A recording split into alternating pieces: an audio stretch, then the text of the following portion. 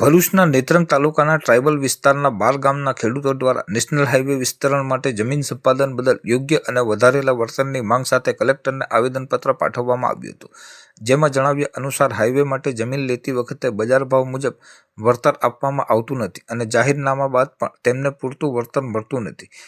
વાપી, અંબાવા, યાસવડ, નેત્રંગ, કાડીપાડા, મોતી શામળાજી માર્ગ પર નેશનલ હાઈવે અધિકારીઓ દ્વારા જમીન સંપાદનની પ્રક્રિયા ચાલી રહી છે. ખેડૂતોનો આક્ષેપ છે કે જમીનની માપણી યોગ્ય રીતે કરવામાં આવી નથી અને 2017ના રીસર્વે રિવિઝનના દરના આધારે જ વળતર નક્કી કરવામાં આવ્યું છે, જેના કારણે હાલના બજાર ભાવથી મોટો તફાવત ઊભો થયો છે. ખેડૂતોનું કહેવું છે કે ઘણા વિસ્તારોમાં વીજ લાઇન, રોડ અને અન્ય સુવિધાઓ માટે જમીન લેવામાં આવી હોવા છતાં યોગ્ય મૂલ્યાંકન કરવામાં આવ્યું નથી. જમીનનું પુનઃ મૂલ્યાંકન કરીને વર્તમાન બજાર ભાવ મુજબ યોગ્ય વળતર આપવામાં આવે તેવી માંગ કરવામાં આવી હતી.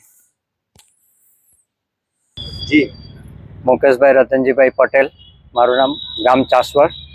અમારે નેત્રંગ તાલુકામાં શામળાજીથી વાપી જે હાઈવે NHIનો એના માટે જમીન સંપાદન જે થયેલ છે તેમાં અમે પ્રાંતને અને એને જેદાથી જાહેરનામું પડ્યું, ત્યાંથી ઘણા વાંધાઓ રજૂ કર્યા. કોઈ જગ્યાએ પાઇપલાઇન, તાર ફેન્સિંગ, કોઈના સર્વે નંબર બદલાઈ ગયેલા છે, DLRની પણ ઘણી ભૂલો છે માપણીમાં. એ માપણીમાં ઘણી ભૂલો હોય તો પછી હાઈવેના માપમાં ફેરફાર આવવાનો જ છે. પણ અમે DLRમાં ને એમાં રજૂઆત કરી, કોઈ અમને જૂનો માપ કે 1957થી જ્યારે કંઈક સડક બની જૂની ત્યારથી KGP કે દુરસ્તી કોઈ અસર કટ્યા પર બતાવી નથી ને તે અત્યારે ઘણા વર્ષો બાદ ગઈને જે જગ્યા ઘણી લઈ લીધી હતી તેનું અત્યારે હાઈવેનું કામ અહીંયા આર્બિટ્રેટરમાં, કલેક્ટરમાં કેસ રિફર થયેલા છે.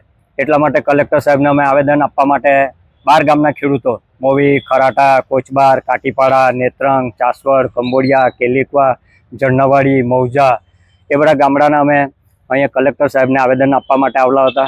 બીજું કે બજાર કિંમતને જંત્રી 2011 પછી કોઈ રિવ્યૂ નથી કરી.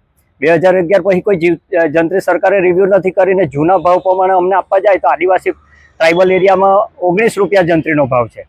19 રૂપિયા જંત્રીનો ભાવ હોય તો એ ખેડૂતોને શું મળશે? સ્ક્વેર મીટરે મળતા હોય ને જ્યારે હાઈવે ને બધું બની જાય ત્યારે પછી પ્લોટિંગ ને બધું થાય તો એ સ્ક્વેર ફૂટ પ્રમાણે ચાલે છે ને સ્ક્વેર ફૂટના ભાવ ઘણા ઉપર હોય, 2500-2700 રૂપિયા સ્ક્વેર ફૂટ હોય.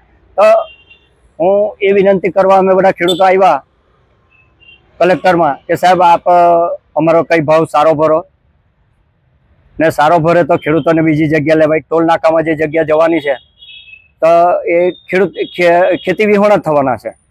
એક ખેડૂત છે તે કાટીપાડાનો ટોલ નાકામાં, તો એ જમીન બીજી જગ્યાએ આ કિંમતમાં ખરીદી પણ નહીં શકશે.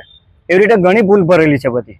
તો સાહેબને વિનંતી કરવા માટે અમે આવેદન આપવા માટે આવેલા હતા કે સાહેબ તમે આમાં ધ્યાન આપીને કંઈ સારું મળે ને યોગ્ય કરવા મહેરબાની.